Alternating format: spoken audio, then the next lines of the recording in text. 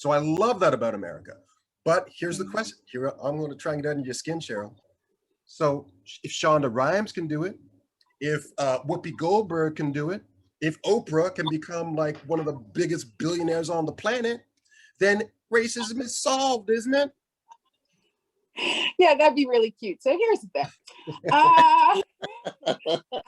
That's not true. And we know it's not true because of the study that just came out that said that our industry leaves $10 billion. I would say multiply that by 10. And here's how I know. So in the state of California, when a company is run by a woman of color, profits go up by as much as 30%. So why aren't more things run by women of color? I was a little naive. I'm not gonna lie. So when did Women of Color Unite, we were the first one to pull out women of color statistics from women and people of color. Just FYI, our statistics are the ones that make everybody else plummet. And that's how people get grant and foundation money. So it's all like this little game. Anyway, so I pulled out the statistics for women of color. I put that together in a nice package. I went to Sony, Netflix, Apple, and look, they're used to me calling them out like they don't give a fuck. Disney, like everybody, like I went to everybody, and this is what I encountered. Oh shit,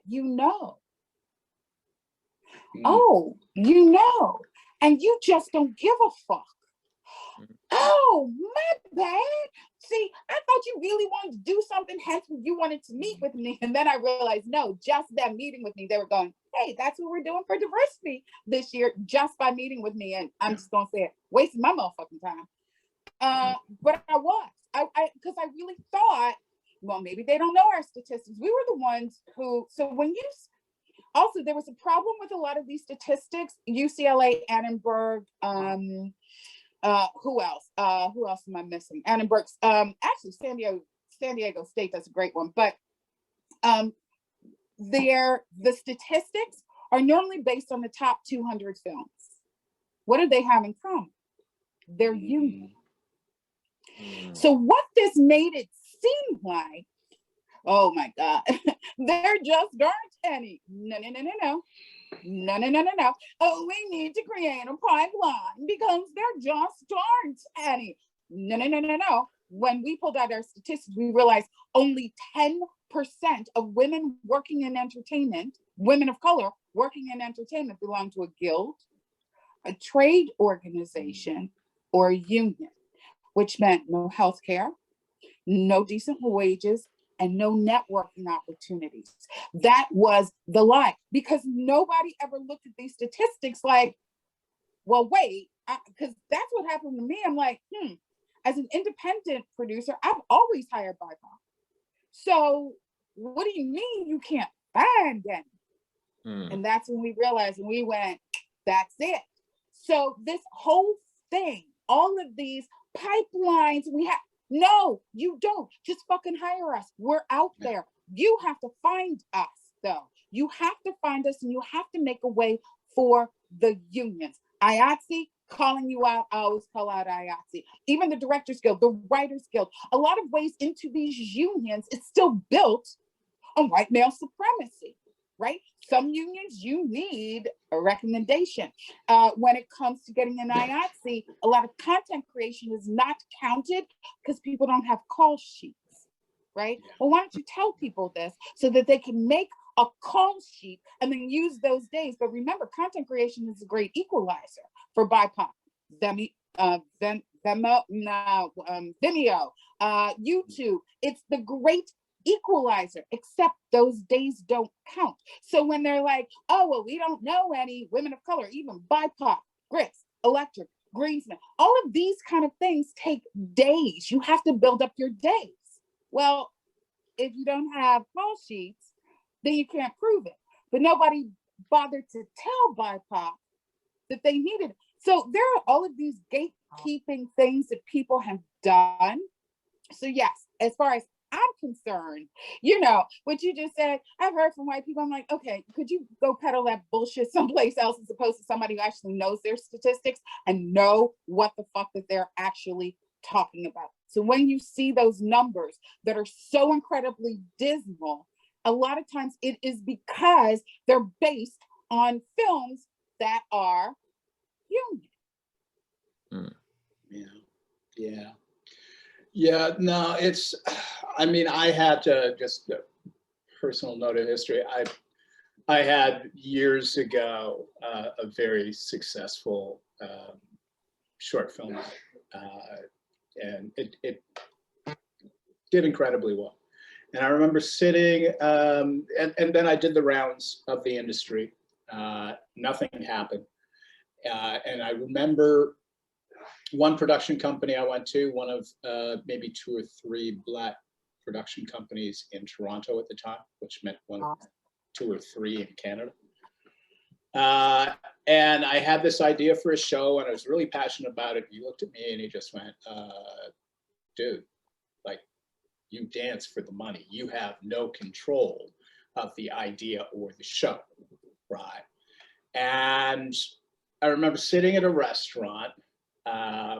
I had gotten all these accolades, and these 2 young white guys walked in and started doing that thing that white guys do when they start trying to one up each other on what they're doing. And they started listing job opportunity, job opportunity, job opportunity, like one after the other, having done absolutely jack shit in their life. They had just gotten out of school, and I had got nothing. And that's when I just went, I'm out. I can't do this anymore.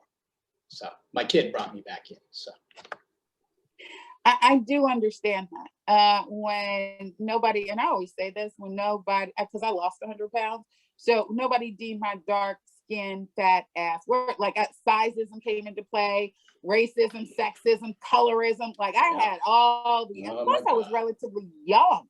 So, yeah, this is 30 years ago. So, but here's the thing, and this is what I always tell people who are coming into, there are a few things that they need to know. Number one, that lie that you got to be perfect. You got to be perfect. I've seen people almost waste their shot trying for that moment to be perfect. That's number one. Take your shot. The fact that you only have one. You only have one shot. That's why we're all waiting to be perfect. No, you don't. No, you have multiple shots.